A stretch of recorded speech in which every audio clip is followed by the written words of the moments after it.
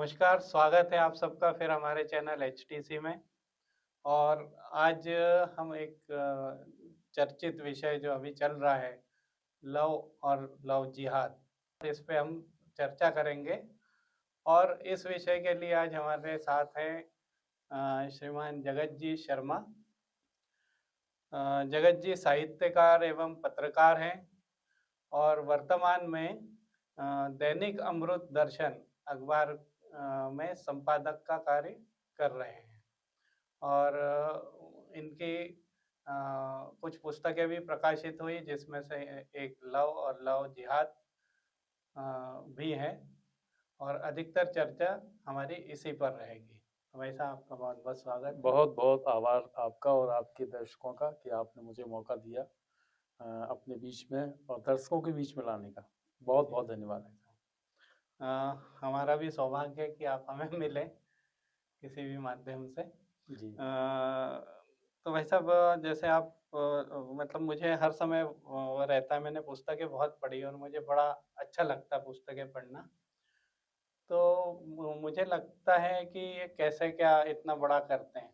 तो जब शुरुआत करते हैं लेखन की, तो वो मतलब आपके जीवन में क्या वो क्षण कौन सा था जहां आपको लगा कि नहीं, मुझे लेखन करना चाहिए? आपने एक अच्छा सवाल किया है। और किसी कवि का, हालांकि वाल्मीकि जी का भी है कि वियोगी होगा पहला कवि, आह से निकला होगा गान।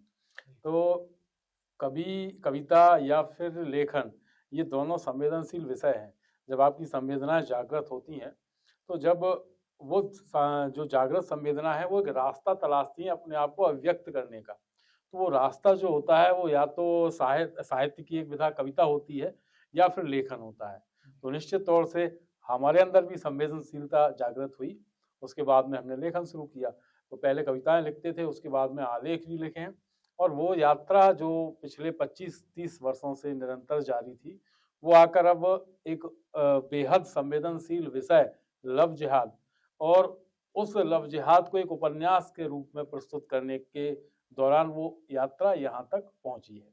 तो ये लव और लव जिहाद एक उपन्यास है जिन पर हम आज चर्चा भी करेंगे। ये बड़ा संवेदनशील विषय भी है।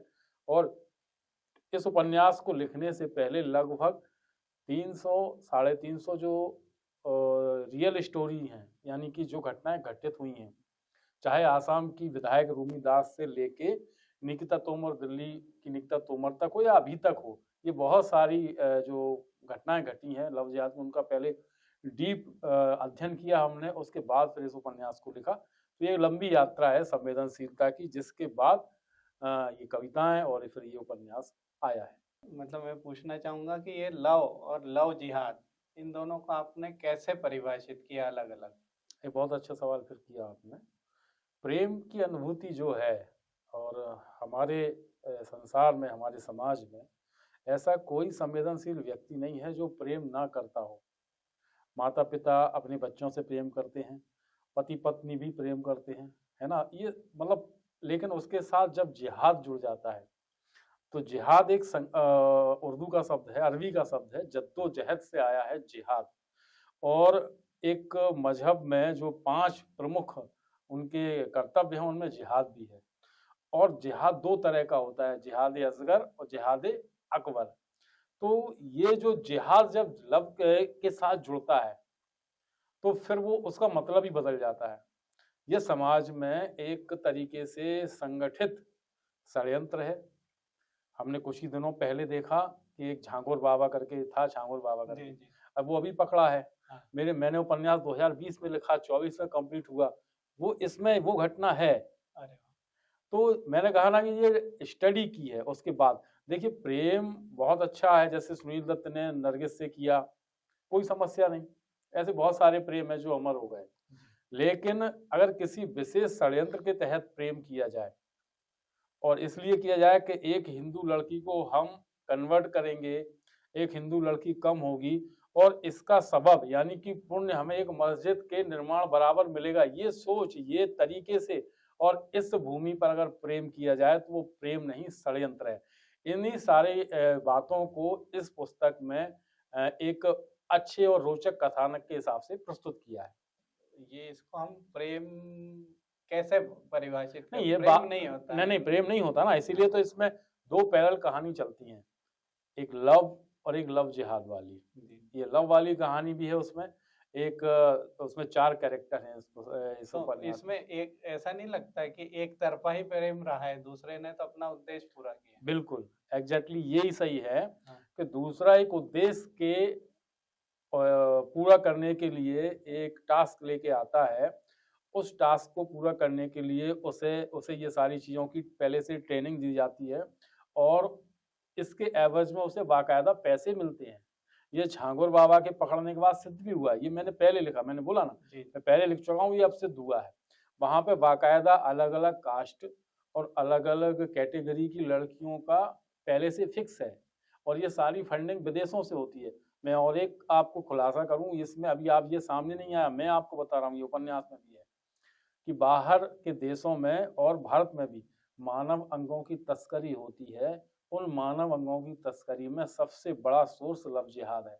ये आपको शायद पता ना हो। हाँ, ये तो पहली बार सुना मैंने। जी, मैं जहाँ से आता हूँ उस जिले में पिछले 10 वर्षों में 2500 के लगभग लड़कियाँ गायब हैं, यानी लापता हैं और उनका पता ही नहीं चला कहाँ है। पूरे प्रदेश में और पूरे देश में अगर ये आंकड़ा हम देखें तो ये लाखों में पहुँचता है। तो ये लाखों लड़कियाँ कहाँ गईं? केवल 3 जगह लव जिहाद में फँसाकर, या तो उन्हें विदेश में भेज दी जाती हैं या अपने भारत में ही जो बड़े महानगर हैं वहाँ पर वो वेश्यावृत्ति करती नज़र आती हैं। ये बहुत बड़ा मार्केट है और उस मार्केट की आपूर्ति के लिए लव जिहाद किया जा रहा है और उसके बाद में फिर मानव अंगों की तस्करी।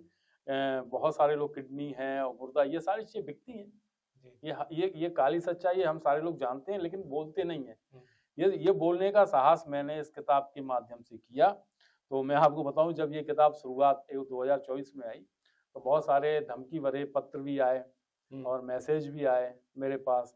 लोगों ने कहा कि ये क्या आप गलत लिख रहे हो ये सारी चीज़ें। तो मैंने उन सारे लोगों को, मेरे पास कम से कम 500 से अधिक कटिंग है अखबारों की उस टाइम से, मतलब पिछले 10 वर्षों की कटिंगें मेरे पास हैं अखबारों की, कि जिनमें वो सारा पैटर्न अपनाया गया, एक ही तरह का पैटर्न, और लड़कियों को फंसा के या तो उनको मार दिया गया है या वो गायब हो चुकी हैं। तो जब मैंने वो एक के बाद एक जो जिन्होंने आलोचना की, जिन्होंने मेरे को धमकियों को पास भेजा, तब उन्हें यकीन हुआ कि हाँ, आप ठीक कर रहे हो। उसके बाद ये एक साल के बाद अब विरोध होना बंद हो गया। अब मेरा कोई विरोध नहीं करता है। ये किताब मेरा एक्चुअली यही प्रश्न आगे आ रहा था कि आप पे कैसे-कैसे दबाव पड़े हैं?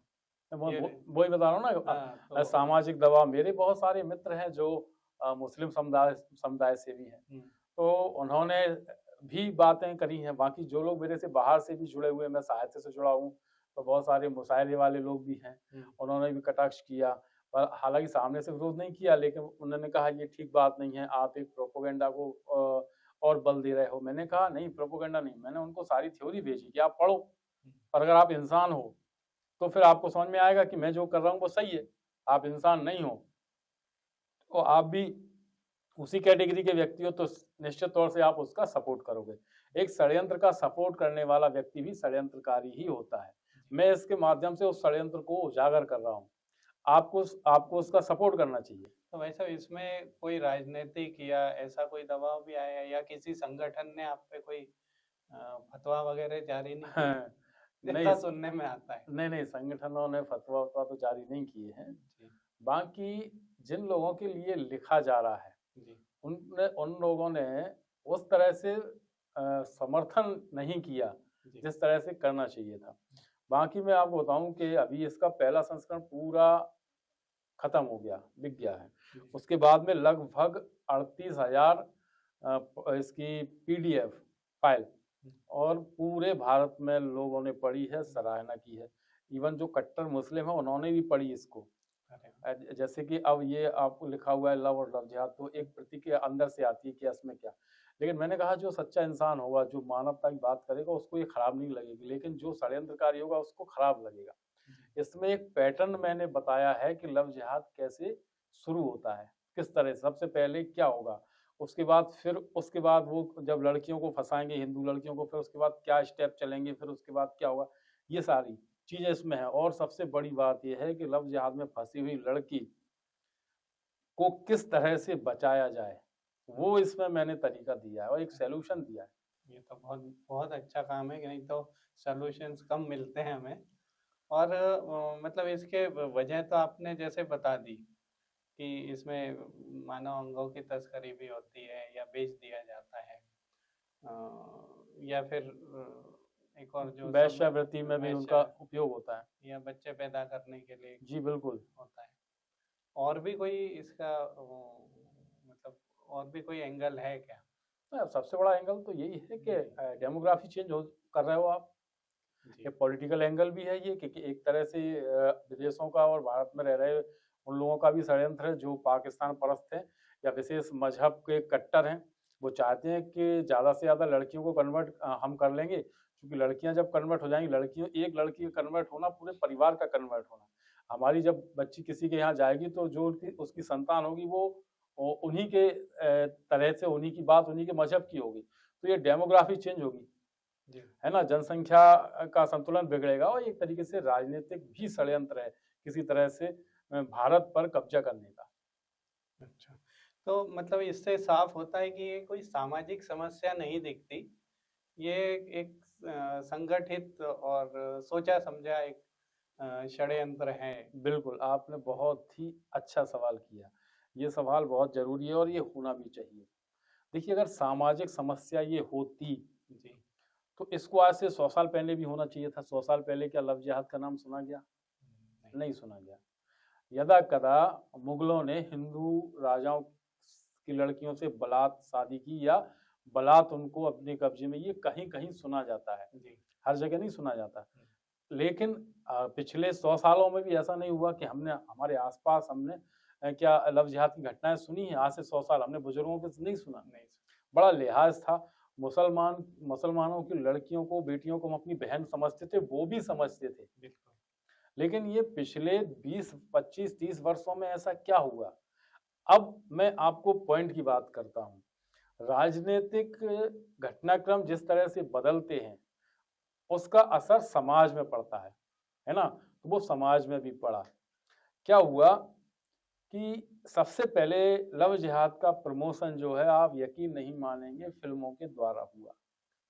आज से 40 साल 35 साल पहले एक षड्यंत्र के तहत 90 के दशक में 88 से लेके और 2000 तक करीब करीब 60 जो फिल्मी अभिनेता जिन्हें हीरो बोले उनको लॉन्च किया गया। वो सारे के सारे मुसलमान थे और जितनी हीरोइनें आई वो सारी की सारी हिंदू थी। तो ऐसा, चूंकि हमारे यहाँ बड़े प्रेमी लोग हैं फिल्मों के, तो एकदम इतना नॉर्मलाइज कर दिया गया उस बात को कि शाहरुख खान के साथ काजोल का जब नाम आएगा तो हमें कुछ अटपटा नहीं लगेगा, है ना। सलमान खान के साथ माधुरी दीक्षित का नाम आएगा तो हमें अटपटा नहीं लगेगा। आमिर खान के साथ जूही चावला, ये इस तरह से। और वो पोस्टर और जो उनके फोटो है वो हमारे बेडरूम में लगने लगे और हमें कोई अटपटा नहीं लगा। वो धीरे धीरे करके हमारे युवा पीढ़ी में, बच्चों में वो चीजें जाने लगी और वो नॉर्मलाइज हो गया। वही षड्यंत्र था, किसी तरह से लव जिहाद को प्रमोट किया जाए। उसके बाद फिर लगातार रूमी दास की घटना आपको शायद पता हो, आसाम की विधायक थी, उसके हस्बैंड जो थे बहुत अच्छे डॉक्टर थे, उसके पिताजी भी बहुत अच्छे डॉक्टर थे। उनका परिवार एक कांग्रेस के मुस्लिम नेता के संपर्क में आता है और जो उसके यहाँ ड्राइवर था जकीउर रहमान, वो रूमी दास जब विधायक बन गई उसको भगा ले जाता है बांग्लादेश और वहां शादी करता है। यहाँ रूमी दास के बच्चे भी थे। उसके पिताजी और उसके हस्बैंड प्रतिष्ठित व्यक्ति थे। आखिरी में वही रूमी दास जो कांग्रेस की विधायक भी रही, वो कारों की तस्करी में, कारों को चुराने के इल्जाम में जेल में जाती है, उसकी जिंदगी बर्बाद होती है। ये सब लव जिहाद के कारण होता है। वो जो जकीउर रहमान है वो लव जिहाद करता है। वो कांग्रेस का नेता जो मुसलमान, उसका नाम नहीं आ रहा मेरे, उसके संरक्षण में। तो आज ये है झांगुर बाबा, इसके पीछे कितने लोग हैं आपने कभी देखा होगा? आज तक नहीं कि लव जिहाद का कोई मुस्लिम नेता विरोध कर रहा है, देखा क्या आपने? नहीं, जबकि ये सच्चाई है। अभी वो खत्म हुई थी, उसका क्या नाम था, उसके टुकड़े वुकड़े कर दिए थे, है ना। ये नाम उसका याद नहीं आ रहा। कितने लोग थे जिसने विरोध, किसी ने नहीं किया विरोध। लगातार ये घटनाएं हो रही हैं। मैं देखता हूँ, चूंकि अखबार का संपादन भी करता हूँ, तो कम से कम 3 घटनाएं रोज प्रतिदिन लव जिहाद की आती हैं। अभी जो यहाँ पे आपके इंदौर में तो पूरा एक गैंग था जो यहाँ तक फैला हुआ था, कॉलेज की बच्चियों को उन्होंने किया, लव जिहाद का शिकार बनाया। वो सामने आया होगा, मुझे लगता है सभी जगह होना चाहिए। मैं कह रहा हूं आपसे कि लगभग आप जब अखबार उठाओगे तो 3 घटनाएं आपको प्रॉपर इंदौर, उज्जैन, विदिशा, भोपाल की मिल जाएंगी। जी। तो ये सब क्या है, इसके पहले क्यों नहीं हुआ ये सब? ये जब हम सुनियोजित ढंग से षड्यंत्र पूर्वक कोई काम करते हैं लक्ष्य लेकर, तो वो चीजें बार बार हमारे सामने आती है ना। जैसे कोई घटना या दुर्घटना घटी तो वो एक बार हो गई, खत्म हो गया, लेकिन लगातार वो चीजें हो रही हैं, एक के बाद एक हो रही हैं, फिर हो रही हैं।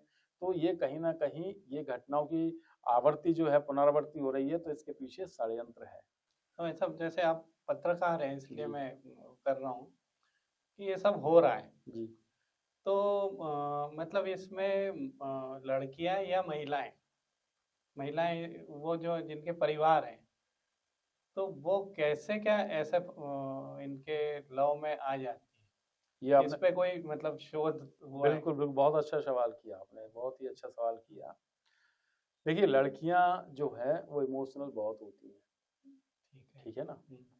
आप विश्वास नहीं करेंगे, क्योंकि हम लोग विज्ञान के युग में हैं। सिफली एक विद्या होती है, सिफली विद्या हमारे यहाँ जो तंत्र विद्या होती है, जी। उसका प्रयोग करके बाकायदा, चूंकि अगर हम उनसे ये बात कहें तो वो उसका मजाक उड़ाते हैं, है ना, क्योंकि वो उनका जो मूल, जो षड्यंत्र का मूल तत्व है वो वही है। उसके माध्यम से वो लड़कियों को अपने उसमें फंसाते हैं। तो ये क्या सम्मोहन जैसा कुछ है? बिल्कुल बिल्कुल राइट, बिल्कुल सम्मोहन जैसा होता है। आपने देखा होगा कि अभी बीच में बहुत कुछ चलन चला था, लड़कियां यहाँ पे काला धागा पहनती थी, पैर में पहनती थी। जी जी, अभी भी कभी अभी भी देख लेंगे आप जी। तो, यहाँ जहाँ आप एक बार लड़कियां मजार पे गई, किसी मजार में क्या है, वो एक मुर्दा गड़ा हुआ है, और ये अपने यहाँ भी हिंदुओं में भी मुर्दों को जागृत करने का, उनकी आत्मा से काम लेने का बहुत सारे किस्से हमने सुने हैं और देखते भी रहते हैं। हम लोग देखते हैं, अभी आजकल भी पर्ची बनाते हैं, तुम फलानी जगह से आए हो, ये हो वो, तो हम आश्चर्य से देखते हैं, अरे इनको कैसे पता। ये सारी जो परालौकिक वो हैं, क्या नाम, विद्या है, इनका आज भी प्रयोग होता है, उनका भी प्रयोग होता है। तो उसके माध्यम से वो लड़कियों को अपने पास फंसाते हैं, इमोशनली ब्लैकमेल करते हैं, और सबसे पहला उनका जो काम होता है वो होता है उनके साथ फिजिकल रिलेशन बनाना। और उस फिजिकल रिलेशन बनाने के बाद सबसे पहले 1 या 2 मुलाकातों में वो इस तरह से उन पर हावी हो जाते हैं, फिर फिजिकल रिलेशन बनाते हैं। नहीं मानती हैं तो जबरदस्ती बनाते हैं, उसके बाद वो उनका वीडियो बनाते हैं। वो भोपाल वाली घटना हो, या उज्जैन वाली घटना हो, या फिर आपके इंदौर वाली घटना हो, तीनों घटनाओं में ये एविडेंस मिला है कि उन्होंने वीडियो बनाया, है ना, उनका अश्लील वीडियो बनाया और फिर उनको ब्लैकमेल किया, लड़कियों से उल्टे पैसे भी लिए, और फिर उनका बार बार दैहिक शोषण किया। ये मुख्य है। तो जब उन लड़कियों में, आज भी हमारे भारत में ऐसा है कि लड़कियों की इज्जत जो है उनको लिए सबसे ज्यादा महत्वपूर्ण होती है। एक बार किसी के साथ वो फिजिकल हो गई तो संसार को, दुनिया को ना पता चले, इसको बचाने के चक्कर में वो और ज्यादा बर्बाद होना शुरू हो जाती है।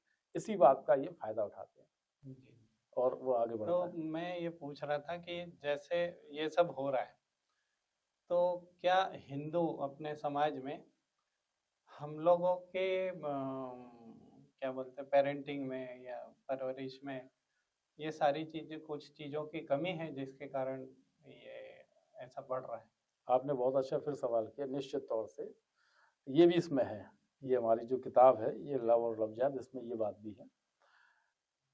क्या होता था कि पहले हम संयुक्त परिवार में रहते थे, हमारे माता पिता तो थे ही, चाचा ताऊ और दादा दादी, ये सब लोग रहते थे।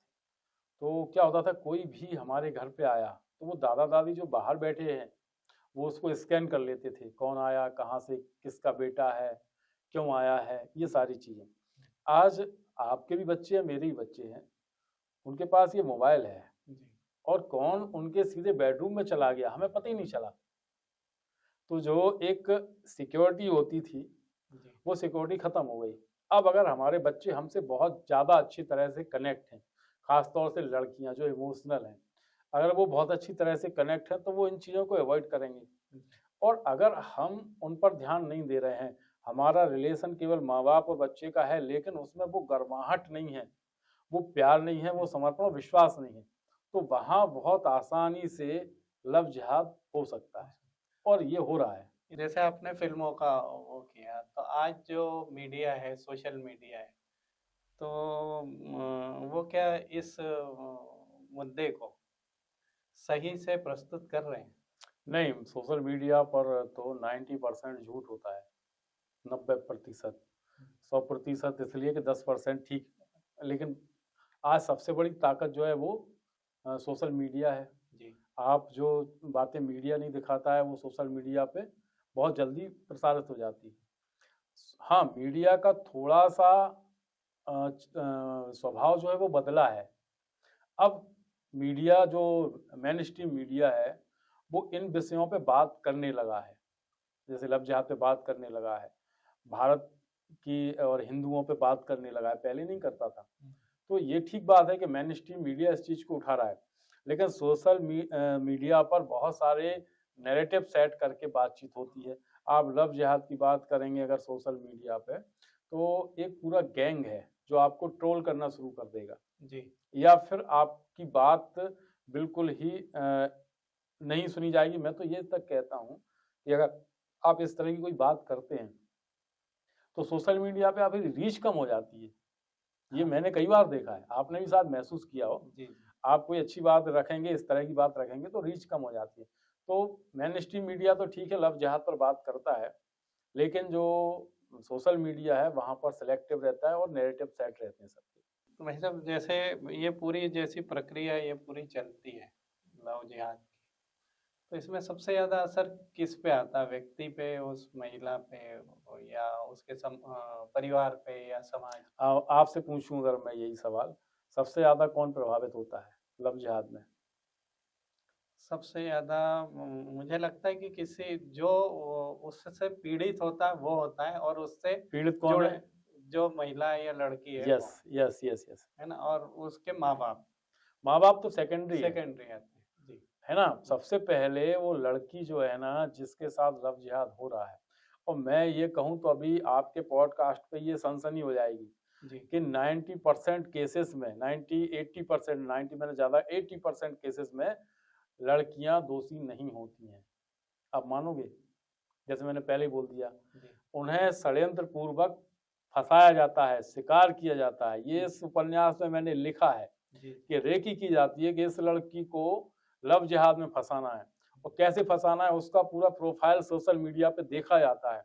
ये लड़की के विचार क्या हैं, ये कहाँ किस कॉलेज में पढ़ती है, इसकी फ्रेंड सर्कल क्या है, सारी चीज़ों की रेकी करने के बाद और षड्यंत्र पूर्वक फिर उसको फंसाया जाता है।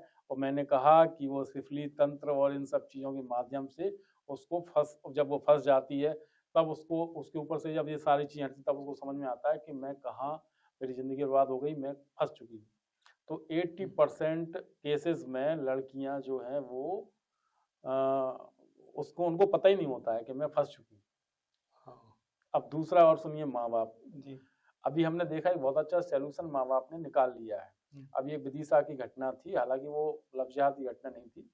लड़की ने किसी अन्य जाति में शादी कर ली लड़के से, तो लड़की वालों ने क्या किया कि उसकी एक कृत्रिम शव यात्रा निकाल दी है, और फिर उसका वो पिंडदान वगैरह कर दिया। ये तीसरी, तो मतलब अपनी सामाजिक प्रतिष्ठा बचा ली कि मेरी तरफ से ये लड़की मर चुकी है।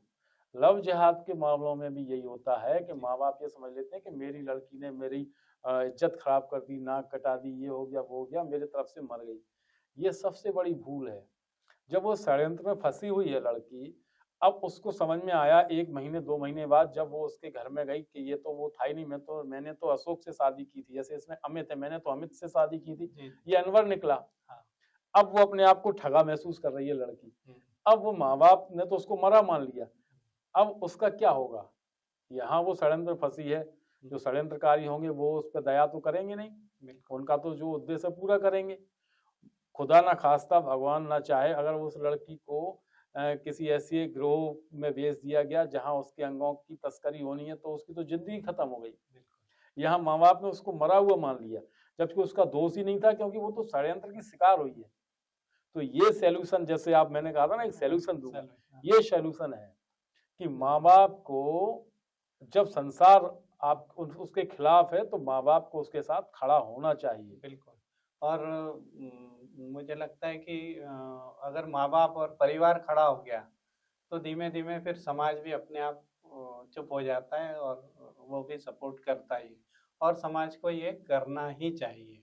वही, ऐसा मुझे लगता है। बिल्कुल मैं वही कह रहा हूँ, जी। माँ बाप सबसे बड़ी ताकत होते हैं। आप आपकी उम्र जो भी है अभी, लेकिन अब माँ बाप हैं आपके पास अभी? अब नहीं है।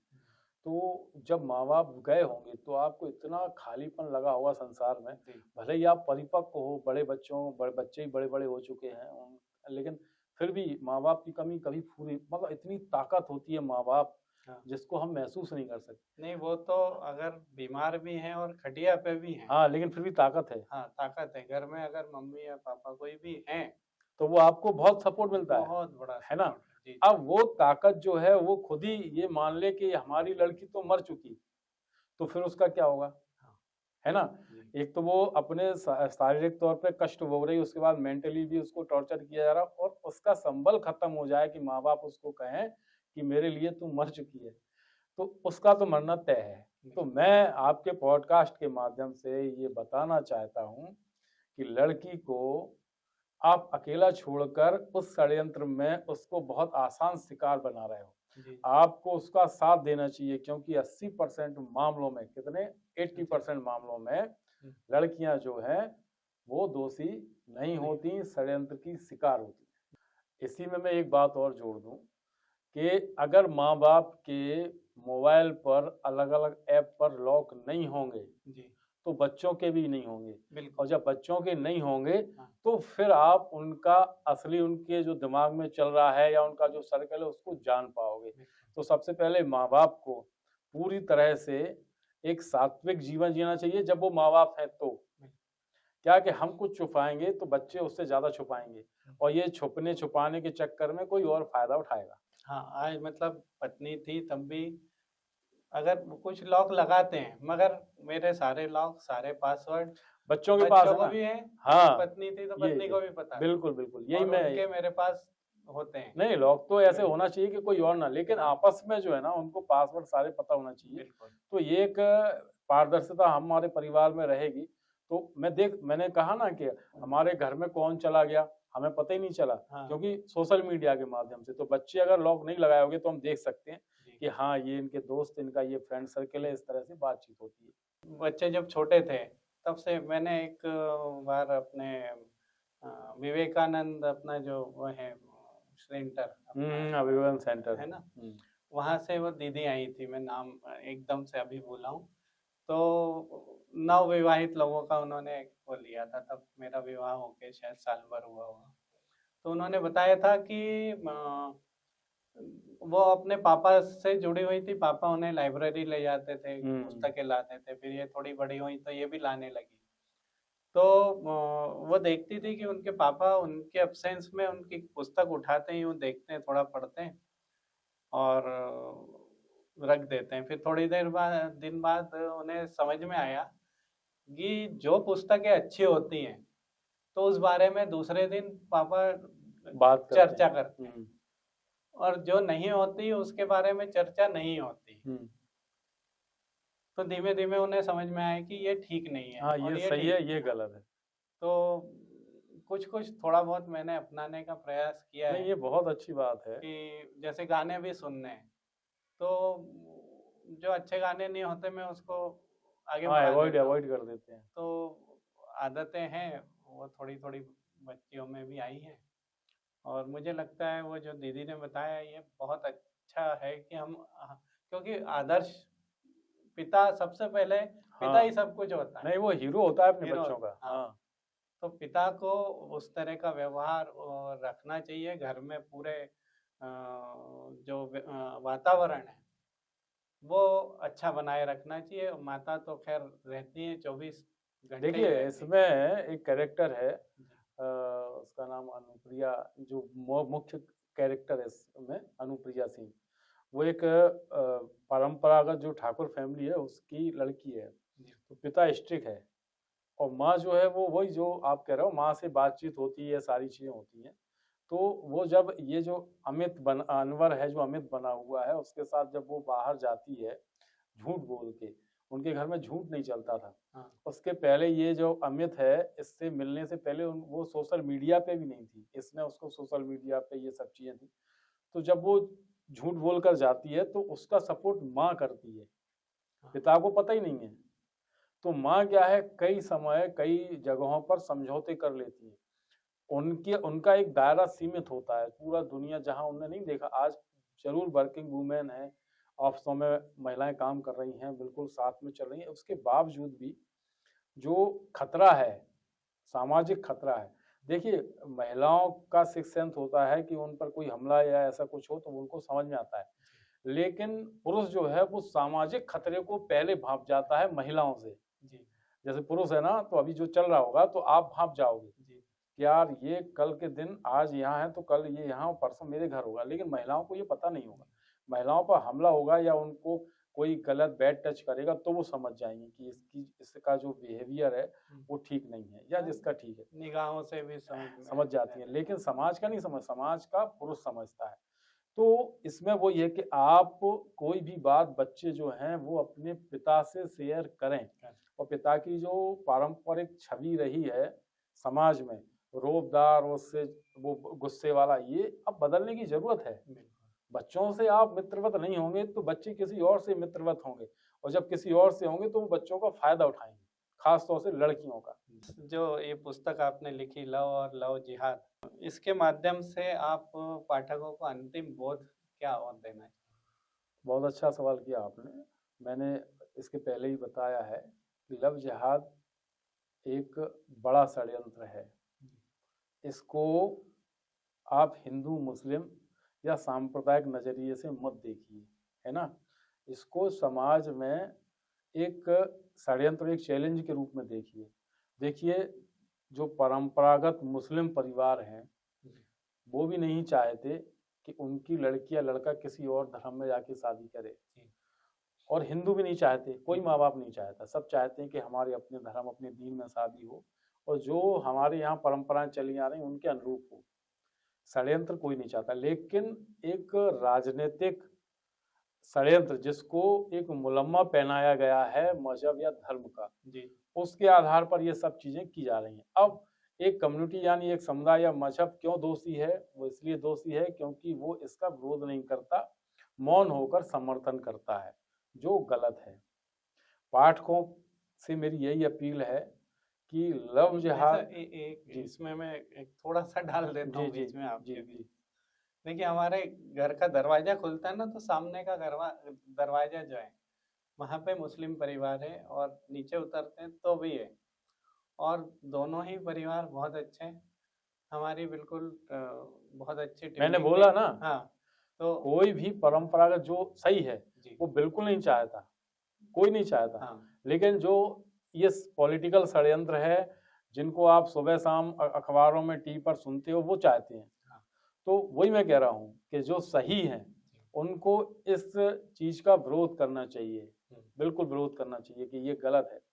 आप गलत को गलत नहीं कहते हो, इसलिए आपको जो चुप रहना है, जो मौन है ना, वो उसको समर्थन समझा जाता है कि आप समर्थन कर रहे हो ऐसी चीजों का। मुझे ऐसा लगता है कि जैसा अभी तो थोड़ा कम हो गया, पर पहले जैसा सुनने में आता था कि विरोध करने वाले पे बहुत बड़ी गाज गिरा करती थी फतवे की, ऐसा वो भी कारण हो सकता है? नहीं, ये मैं आपको बताऊं, जहां तक मैंने स्टडी करने के बाद लिखा है, मैंने कुरान और जो धार्मिक पुस्तकें हैं उनकी भी स्टडी की है, गहन अध्ययन नहीं किया लेकिन किया है।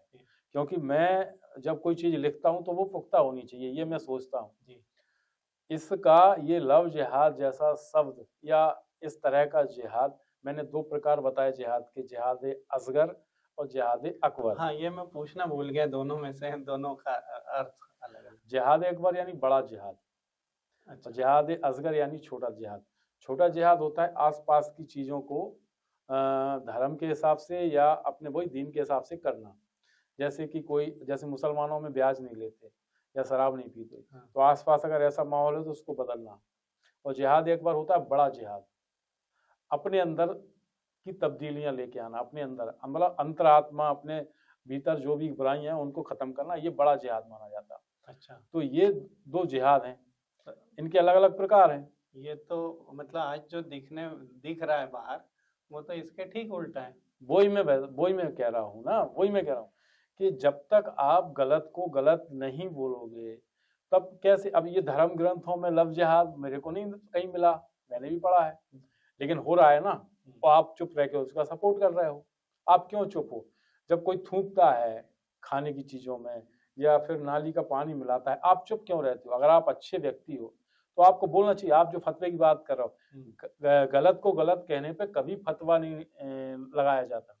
अभी वो एक नुसरत भरूचा है, वो मंदिर में गई लड़की, क्या नाम उसका, वो हीरोइन है, अच्छी फिल्मी हीरोइन है, महाकाल गई वो, वहां से आई, एक मौलवी ने तुरंत फतवा उस पर लगा दिया कि तूने ये क्या किया, है ना।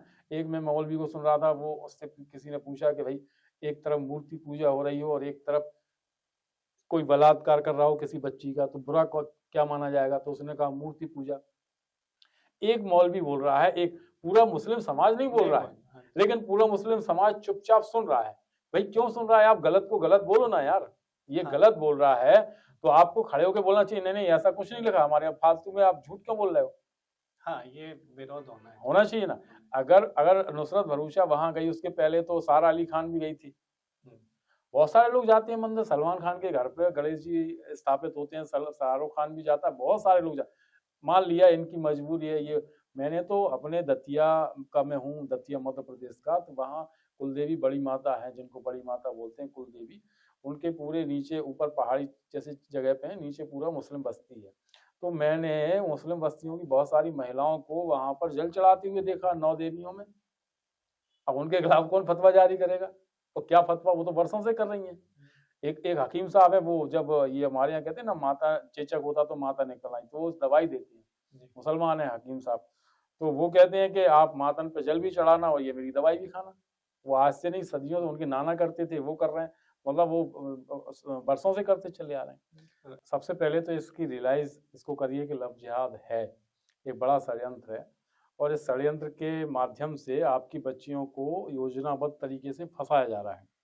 और ये इस पुस्तक में, इस उपन्यास में भी लिखा है किस तरह से पूरी तरह रेकी करके फंसाया जाता है।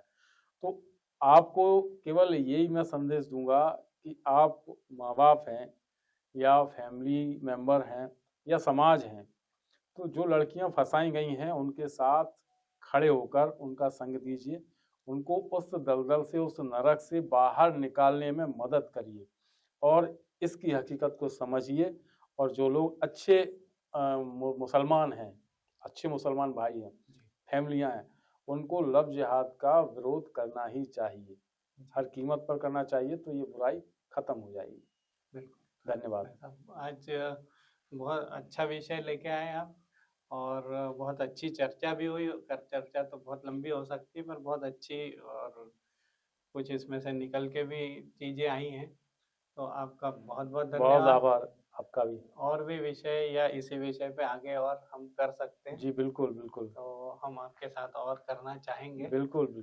तो दर्शकों से निवेदन है कि इससे आप कुछ मतलब सीख लेके और आगे बढ़ें, और जैसा इन्होंने कहा कि जो इससे पीड़ित है, इनके साथ खड़ा रहना हमें सीखना ही होगा, तभी हम अपने समाज को एक